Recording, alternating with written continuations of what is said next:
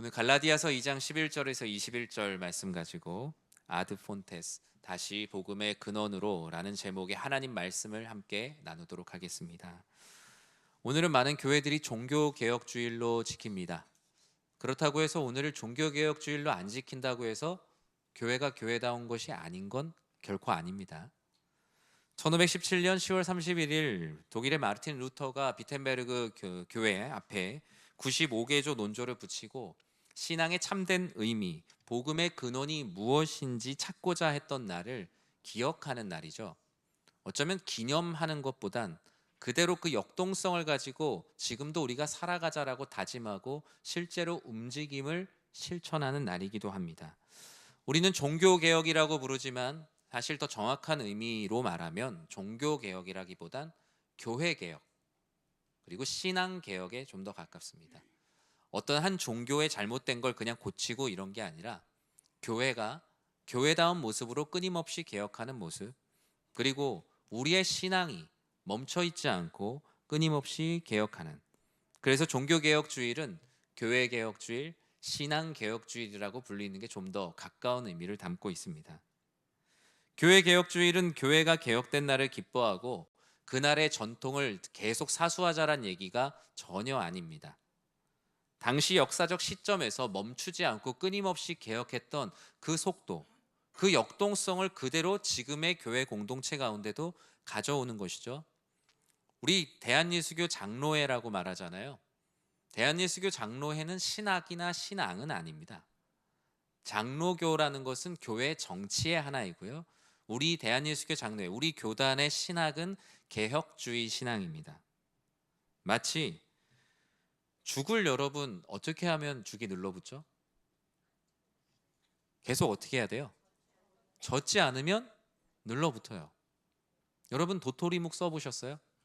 네, 저는 해봤는데요. 네, 도토리묵을 할 때 제일 중요한 거 불 옆에서 잘 젓고 있으란 얘기예요. 안 그러면 엄마한테 혼납니다. 예, 옆에서 잘 져야 돼요. 금방 죽보다 입자가 훨씬 고와서 그런가 훨씬 금방 눌러붙거나 타버려요. 저에게 개혁이란 젓는 것과 같다고 생각합니다. 우리가 대단하다고 생각해서 조금만 가만히 있으면 이 세상의 불과 인간의 욕심으로 인해서 금방 우리의 신앙은 금방 눌러붙어 버리거든요. 금방 고착화돼 버리거든요. 그래서 우리의 교회와 우리의 신앙은 끊임없이 젖고 끊임없이 개혁되어야 하는 것, 그것이 바로 개혁주의 신앙입니다. 개혁주의 신앙의 중요한 슬로건은 바로 이렇습니다. 같이 한번 읽어볼까요? 개혁된 교회는 계속 개혁되어야 한다. 이게 진짜 교회의 전통이에요. 지난주에 했던 걸 이번 주에 막 잘 지켜가야지, 이거 전통 아니고, 개혁주의의 전통이란 계속 끊임없이 젖는 것, 이 시대 가운데 눌러붙지 않도록, 그 전통이 하나님보다 더 높아지지 않도록, 전통이 되지 않도록 계속 젖는 것이 진짜 전통입니다. 이 종교개혁의 슬로건뿐만 아니라 뿌리가 되는 슬로건이 있다면 바로 오늘 말씀의 제목에 있는 아드 폰테스, 근원으로 돌아가라라는 말씀입니다. 여러분, 종교개혁이라고 말하고 루터를 말하면 마치 루터가 교회를 다 때려 부수려고 했던 사람으로 아마 많이 기억하실 거예요. 그런데 여러분, 루터에 대해서 공부를 해보고 자서전을 꼼꼼히 읽어보신 분들은 그게 아니라는 걸 아마 아실 거예요. 루터는 자신의 공동체를 되게 사랑했던 사람이거든요. 로마 교회가 매우 부패했지만 이 공동체를 해체하려는 마음이 요만큼도 없었어요. 교회를 무너뜨리거나 해체하기 위해서 개혁을 울부짖었던 것이 아닙니다. 그의 개혁의 논조가 날카로운 칼과 같지 않았어요. 정말 마음에 궁금했던 것. 사회에 무리를 일으키는 것도 결코 아니었어요. 루터는 다만 궁금했어요. 지금 이 시대 가운데 교회는 왜 이렇게 불의할까? 왜 교회는 비성경적인 가르침을 하고 있을까? 하나님보다 왜 교회의 권위가 더 높아졌을까? 왜 믿음과 구원을 사고 파는 시대가 되었을까? 개혁하면 보통 미간에 막 엄청 찌푸려지고 주먹쥐고 이렇게 생각하지만 루터의 개혁은 매우 온건한 개혁으로 시작이 됐어요. 그리고 그것을 나 오늘부터 개혁이다라고 말한 것도 결코 아니었습니다. 루터는 새로운 교리를 만들어 새로운 종교를 만들려는 것도 아니었고요. 교회가 지금 잃어버리고 있는 복음의 근원으로 우리 다 같이 돌아가자라는 그 95개의 이야기를 담았던 것입니다. 엄청나게 큰 종이를 붙인 것도 아니고 지금으로 얘기하면 A4 용지 몇 장 붙인 거였습니다. 루터는 성경에서 돌아가야 할 근원을 찾았는데 그것은 바로 복음이었습니다. 교회가 성경의 권위보다 위에 있는 것이 아니라 성경이 교회의 권위에 있다는 너무나 당연한 이야기로 돌아가고 싶었죠. 복음의 근원으로 돌아가고자 했던 길을 루터는 로마서 1장 17절에서 찾았다라고 말합니다. 1장 17절 말씀을 같이 한번 읽어볼까요? 복음에는 하나님의 의가 나타나서 믿음으로 믿음에 이르게 하나니 기록된 바 오직 의인은 믿음으로 말미암아 살리라 함과 같으니라. 아멘. 이 말씀을 여러분 집에 가서 천천히 한번 읽어보십시오. 복음에는 하나님의 의로움이 나타났습니다. 그 나타난 의로움은 우리를 믿음으로 믿음에 이르게 하는 능력이 복음에 나타났어요. 그래서 오직 의는 내 안에 있는 의가 아니라 복음에 나타난 의를 믿음으로 구원을 받는다라는 것이 성경 전체에 있는 구원의 말씀입니다. 사실 루터는 하나님의 의로움을 두려워했던 사람이에요. 왜냐하면 하나님 의로움 앞에 내가 어떻게 서 있을 수 있을까? 내가 하나님 앞에 얼마나 의로운 존재일까 생각해 보니 루터는 비가 오는 날 밖을 나가지 못했어요. 왜 못했을까요? 벼락 맞을까 봐요. 정말입니다. 자신이 하나님 앞에 의롭지 못하다는 것에 대해서 늘 고민했어요. 그럼 과연 얼마나 해야 내가 하나님께 벼락 맞지 않을 정도의 의로운 사람이 될까? 그는 궁금함에 열심히 기도했고 열심히 노력해서 당시에 그 어떤 것보다 들어가기 어려운 어거스틴 수도회를 들어갔죠. 거기에 가서 최고의 수사가 됐습니다. 누구보다 많은 기도를 했습니다. 누구보다 많은 금식을 했고요. 누구보다 예배에 진심이었어요. 그곳에서 하라는 모든 수도 생활들을 열심히 하면 할수록 나의 의로움이 쌓여가기보단 오히려 그 의로움 가운데 불안했어요. 오늘 말씀에 갈라디아 교회도 복음의 근원에서 멀어지고 있습니다. 처음에 예수 그리스도의 은혜로 그 은혜로 모였던 감격했던 교회는 그 안에 점점 율법으로 돌아가고자 하는 사람들의 이야기들이 생겨나기 시작했죠. 예수님의 은혜로 우리가 구원을 받는다라는 것이 아니라 과거 유대인들이었던 이들이 그리스도인이 된 사람들이 있거든요.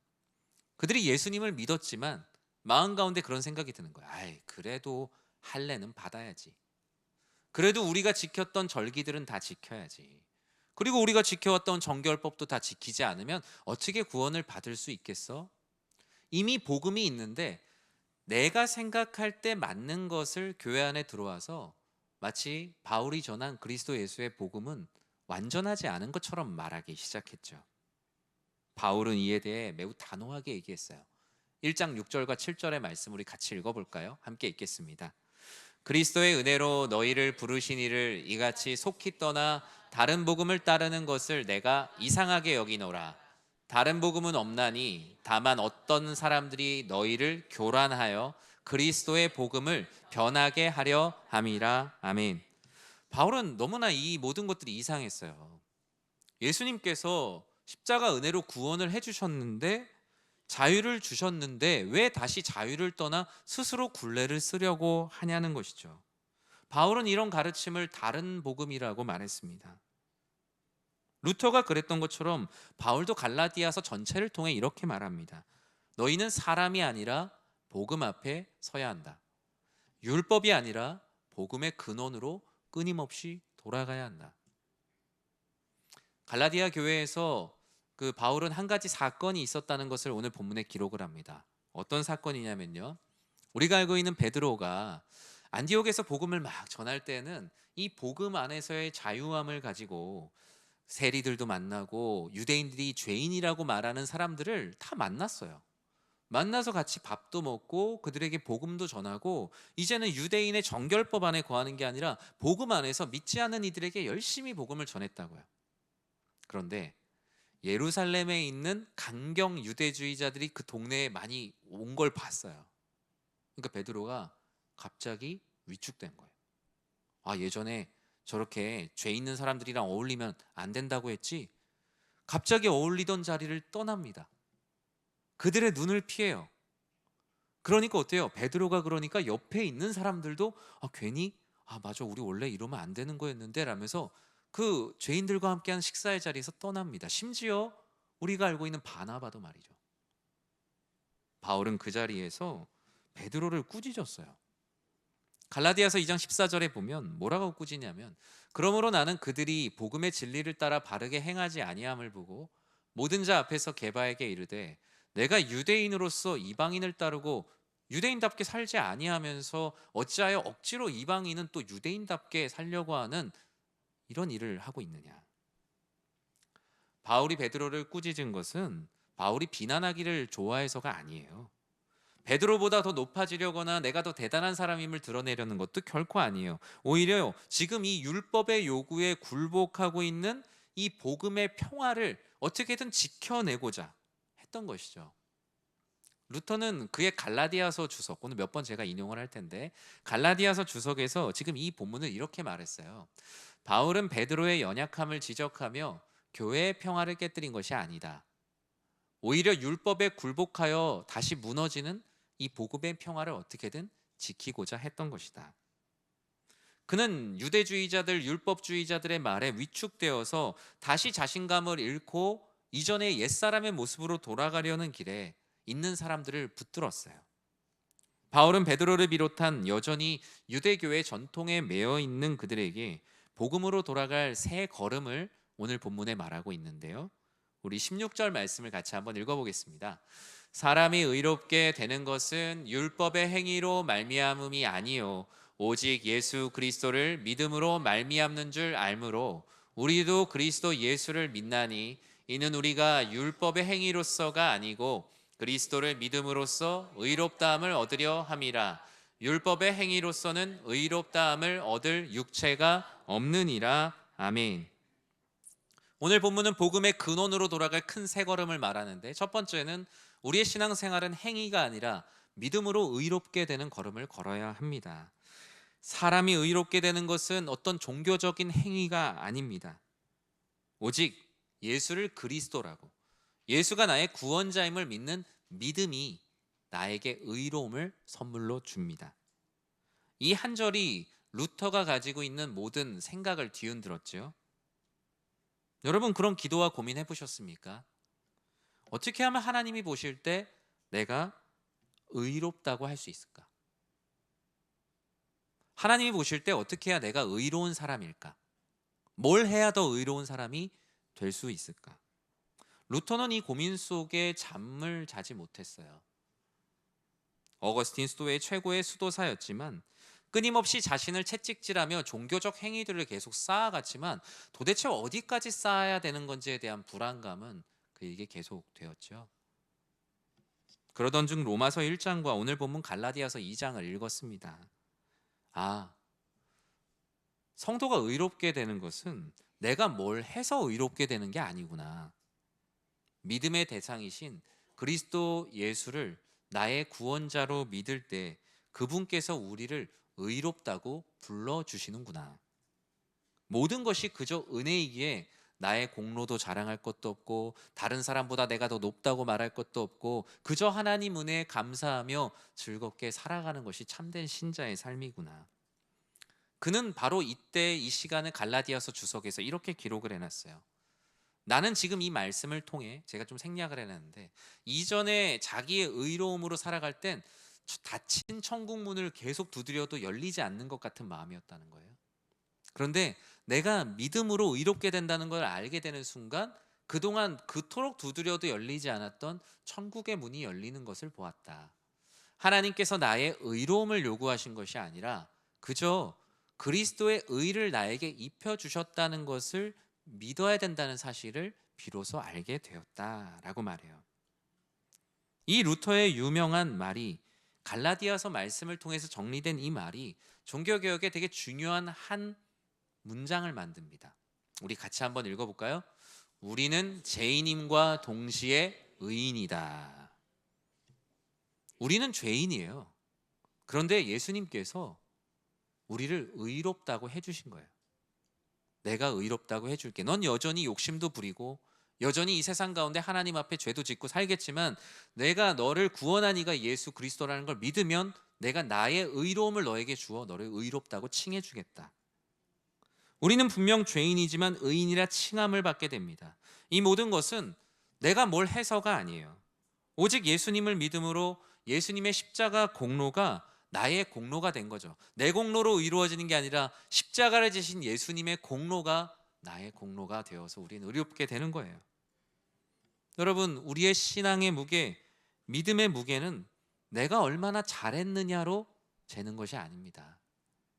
복음은 종교 생활의 행위로 신앙의 무게를 재려는 모든 사람들을 성전에서 쫓아내고 있어요. 오직 예수 그리스도의 은혜만 가지고 와서 받은 복을 세워보자. 우리가 서로 받은 은혜를 교회가 모였을 때 서로 나누고 하나님 감사합니다. 제가 뭘 해서가 아니라 오직 주님께서 주시는 은혜를 교회 공동체가 모였을 때 서로 나누는 것이죠. 복음은 너는 이미 사랑받기에 충분한 사람이라고 선언하는데 율법은 너는 아직도 모자라다라고 말합니다. 우리는 바로 이 자리로 돌아가야 합니다. 교회는 사람의 공로로 세워진 것이 아니기 때문에 누군가의 이름을 칭송하지 않습니다. 오직 하나님의 은혜로 세워진 공동체이기 때문이에요. 오늘 본문은 복음의 근원으로 돌아가는 두 번째 걸음을 율법과 연합하는 것이 아니라 우리를 구원하신 그리스도 예수와 연합하는 것이라고 말해요. 바울은 다시 이전의 율법으로 돌아가서 같이 살려고 하는 모습, 그 연합하려고 하는 모습을 이 갈라디아서뿐만 아니라 다양한 본문에서 이렇게 말해요. 옛사람으로 돌아가지 마라. 종의 멍에를 다시 매지 마라. 헐었던 것을 세우지 마라. 바울은 율법에 대해서 자신은 완전히 죽었다고 말하며 그 이유를 19절에서 이렇게 말해요. 내가 율법으로 말미암아 율법에 대하여 죽었나니, 내가 왜 율법에 대하여 죽었냐면 하나님에 대해서 살고 싶기 때문이다. 모든 율법을 폐하시기 위해 십자가에서 죽으신 그리스도와 참된 성도의 관계를 바울은 자신의 신앙을 통해 이렇게 고백을 해요. 우리 20절 말씀을 같이 한번 읽어볼게요. 내가 그리스도와 함께 십자가에 못 박혔나니 그런즉 이제는 내가 사는 것이 아니요 오직 내 안에 그리스도께서 사시는 것이라. 이제 내가 육체 가운데 사는 것은 나를 사랑하사 나를 위하여 자기 자신을 버리신 하나님의 아들을 믿는 믿음 안에서 사는 것이라. 아멘. 믿음이란 단순히 예수님을 믿는다는 주문은 아닙니다. 예수님, 그분의 말씀과 하나가 되어 연합하여 살아가는 우리들의 몸부림이 바로 그리스도와 연합하는 삶입니다. 루터는 갈라디아서 주석에서 이 부분을 다음과 같이 말합니다. 예수 그리스도와 연합한다는 것은 이전에 연합했던 그런 가치들을 다 버리고 이젠 나의 영혼과 예수 그리스도가 신령한 결혼의 관계를 맺는 것이다. 예수님께서 나에게 오셨고 나는 이제 오직 그분께만 속한다. 그분이 십자가의 의가 이제는 나의 의가 되었다. 나의 죄가 그분의 것이 되어 그분 안에서 죄사함을 받았다. 쉽게 말하면 이런 거예요. 내 더러운 죄, 어디서 버려도 받아주지도 않을 만한 이 더러운 죄를 예수님께서 가져가시고, 그리고 어느 곳에서도 구할 수 없는 그 예수님의 고귀한 의로움을 예수님께서 주셨어요. 쓰레기는 가져가시고 보석으로 돌려주셨어요. 얼마나 놀라운 교환입니까? 어디서도 이걸 바꿀 수가 없어요. 그런데 이 교환이 일어나는 장소를 성경에서 뭐라 그래요? 우리를 구원하신 그리스도 예수 십자가 아래에서 이 교환이 시작된다. 루터는 이것을 행복한 교환이라고 말했어요. 놀라운 교환. 어디 가서도 바꿔주지 않는데 십자가 아래에서만 이 교환이 일어난다라고 말해요. 우리의 죄를 어디 가서 받아주지 않습니다. 그런데 예수님께서 그 죄를 받아주실 뿐만 아니라 그 죄는 받으시고 오히려 예수님의 의로움을 우리들에게는 주시는 거예요. 어디 가서 이렇게 바꿀 수 있느냐? 우리는 그저 이걸 은혜라고밖에 설명할 수가 없어요. 우리가 어떻게 할 수 있는 게 아니에요. 그래서 우리는 은혜라고 말하는 거예요. 십자가 아래 우리는 다른 걸 자랑할 수가 없어요. 그저 이 놀랍게 교환된 이 가치를 가지고 서로 기뻐하고 즐거워하고 하나님을 찬양하고 그분의 뜻 가운데 살아가는 것이 신앙생활이요 교회입니다. 복음이란 이런 행복한 교환, 놀라운 교환의 결과예요. 그런데 지금 갈라디아 교회 안에 다시 바꿔달라 그러는 거예요. 반품하고 싶다고, 다시 이전의 모습으로 살고 싶다고 하니 얼마나 펄쩍 뛸 노릇입니까? 주님께서 십자가 은혜로 이 수직으로 세워져 있던 모든 관계를 수평의 관계로 만들어 주셨는데 다시 그냥 1, 2, 3등 가리고 싶다는 것이죠. 율법으로 돌아가려는 예가 우리들의 신앙생활에도 참 많이 있어요. 신앙의 언어가 교회를 지배하는 것이 아니라 성과 중심의 언어들이 교회를 지배하는 것이 바로 율법으로 돌아가려고 하는 모습이에요. 복음을 전하는 것이 중요한데 몇 명을 전도했느냐? 하나님은 가치로 평가하시는데 여전히 나와 교회가 성과주의의 언어에 되게 잠식되어 있어요. 몇 명을 전도했느냐, 얼마를 헌금했느냐, 예배를 몇 번 들었느냐, 얼마나 많은 시간을 헌신했느냐, 모든 것이 철저하게 계량화됩니다. 우리는 여전히 내가 했다라는 율법의 언어로 누군가에게 인정받고 내가 이 정도의 신앙생활을 하고 있다고 자신을 위로하고 있어요. 복음을 윤리적인 교훈으로 축소하거나 예수님은 착한 사람이나 위인으로서 존재하는 분이 아니신데 죄인을 구원하는 구속주이신데 복음은 그냥 착하게 사는 길로 가라고 하는 것이 아닌데 우리에게 새로운 피조물이 되라고 하시는데 우리는 여전히 죽을 젓지 않고 계속 죽이 굳어져 가고 있는 유혹에 빠질 때가 많아요. 타인을 판단하고 비교하는 것도 이전의 율법으로 돌아가는 모습이죠. 저 사람은 믿음이 나보다 약하다. 나는 저 사람보다 믿음이 강하다. 내가 하나님 말씀을 훨씬 더 많이 알고 있다. 율법은 언제나 비교의 언어들로 가득합니다. 모두 은혜로 구원을 받아서 수평으로 세워진 줄을 계속 수직으로 만들고 싶어 해요. 율법은 누가 더 낫고 누가 더 못한가를 가리는 인간의 욕심을 먹고 성장합니다. 교회 안에 이런 기준이 들어오면 복음이 만들어 놓은 참된 평등은 사라지고 교회 안에도 1등부터 100등까지 다 줄이 세워집니다. 루터는 죽기 전에 아이슬레벤에서 마지막으로 유언을 남겼는데 제가 되게 좋아하는 말이에요. 한번 같이 읽어볼까요? 십자가 아래에서 우리는 모두 거지다. 이것이 진리다. 십자가 아래에서 우린 모두 거지입니다. 밖에서 회장님이든 뭐든 중요하지 않아요. 예수님께서 그 모든 것들을 다 십자가에 못 박으셨는데 자꾸 그것을 주머니에서 가져와서 난 이런 사람인데, 우리는 모두 십자가 아래서 거지라는 것을 인정하지 않는 이상 우리는 그 은혜를 알지 못합니다. 이것이 진리입니다. 복음의 근원으로 돌아가는 마지막 걸음은 하나님의 은혜를 헛되이 하지 않는 삶을 사는 겁니다. 21절의 말씀을 같이 한번 읽어보겠습니다. 내가 하나님의 은혜를 패하지 아니하노니 만일 의롭게 되는 것이 율법으로 말미암으면 그리스도께서 헛되이 죽으셨느니라. 아멘. 바울은 말해요. 실제로는 존재하지 않는 교회의 유전과 전통으로 너희가 의롭게 된다고 생각한다면 예수님께서 왜 십자가에서 죽으셨냐고요. 루터는 이 말씀을 바로 복음의 절정이요 진수라고 말했습니다. 그의 주석에서 이렇게 말해요. 그리스도의 죽음이 헛되지 않게 하라. 우리가 율법으로 돌아가 다시 성도들을 줄 세우는 인생이 된다면 우리는 십자가에서 죽으신 예수 그리스도를 모욕하는 것이다. 하나님의 은혜를 잊으면 예배는 형식이 되고 눈과 귀가 피곤한 사람 자랑만 가득한 종교 행사가 됩니다. 십자가로 구원하신 은혜를 잊으면 교회는 길을 잃어버립니다. 하나님의 은혜를 헛되게 하는 여러 가지 함정이 있어요. 첫 번째는 공로주의 신앙이에요. 내가 잘해서 복을 받았다. 내가 교회에 이만큼을 기여하고 있다. 난 이런 신앙생활을 하고 있다.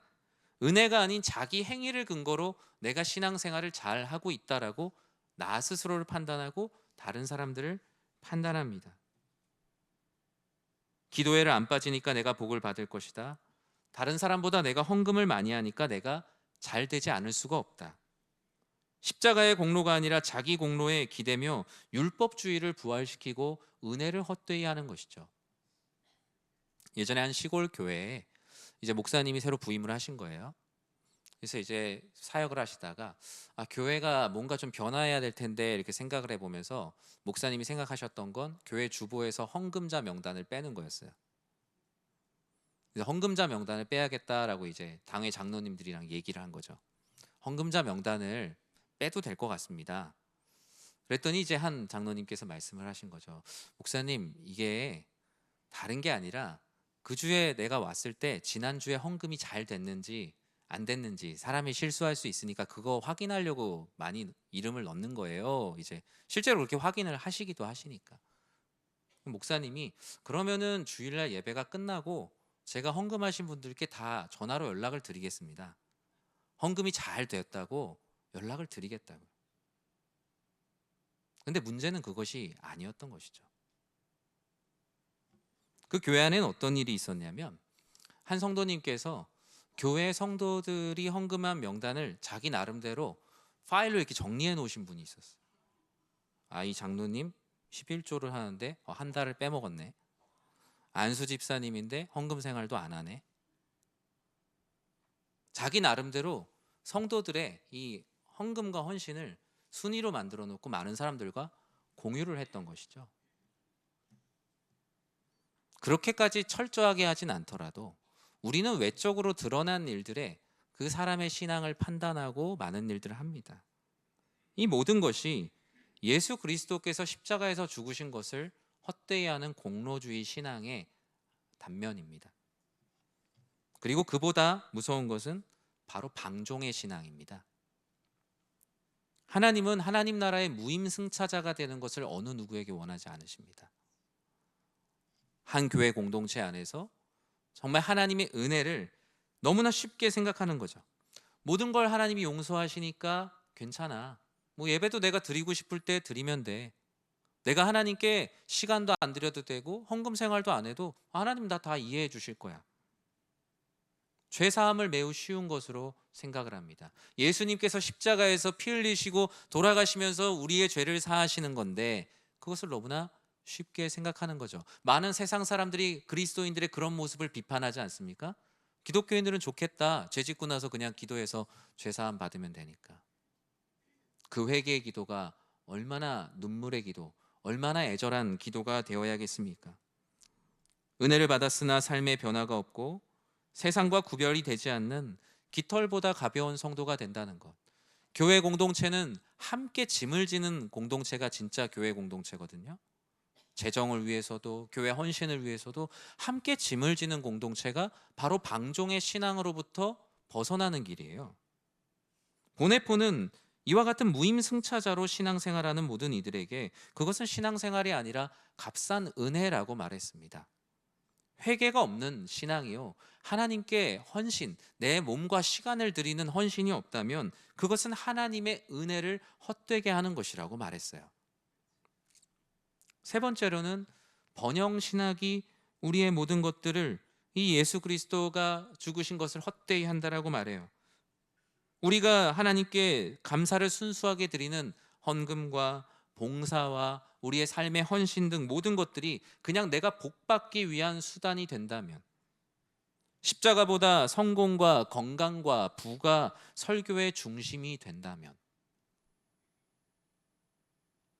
저는 가끔 그런 생각을 해요.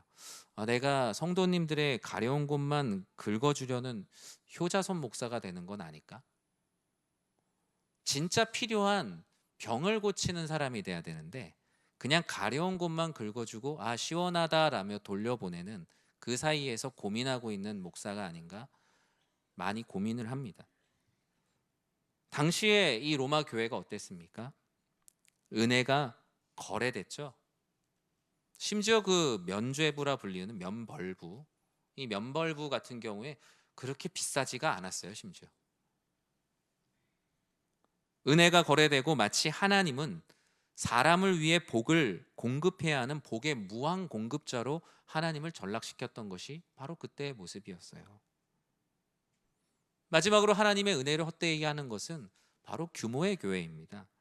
교회 규모만 커지면 하나님의 축복이고 그것이 부흥이라고 생각하는 우리의 뇌가, 우리의 심령이 마비되어 있는 이 시대의 모습을 많이 보게 됩니다.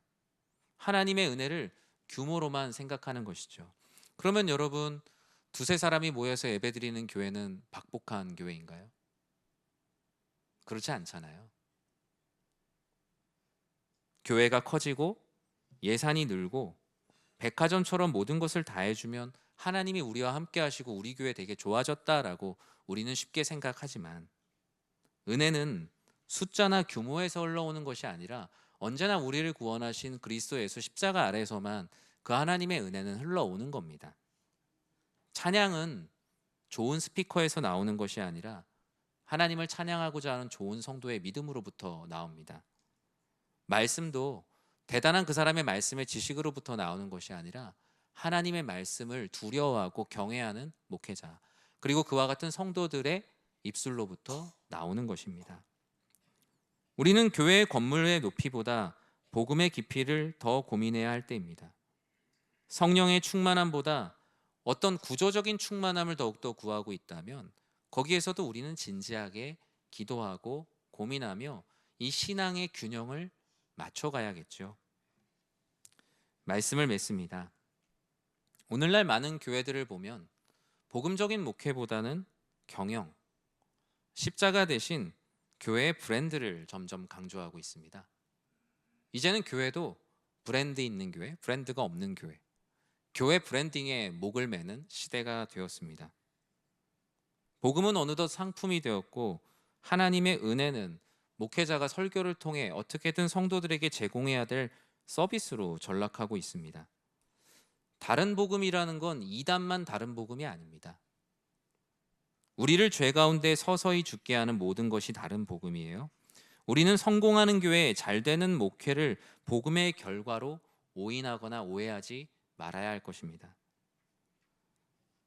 저와 여러분, 우리 모두가 복음의 근원으로 날마다 돌아가는 걸음을 쉬지 않는 모두가 되길 진심으로 축복합니다. 교회의 근원과 그 축은 언제나 복음이요, 신앙의 근원은 무언가 교회가 잘 준비된 구조나 시스템이 아니라 언제나 십자가요, 그 안에서 나오는 구조가 되겠죠. 부흥의 근원은 훌륭한 목사 한 명이나 교회의 영적 환경이 아닌 그저 하나님의 은혜에 감사하고 하나님의 뜻대로 살아가는 겁니다. 교회의 예산이 줄어들면 예산이 줄어든 대로 하나님의 영광을 위해 사역하면 되고, 교회의 예산이 늘어나면 그에 맞춰서 주의 일들을 감당하면 됩니다.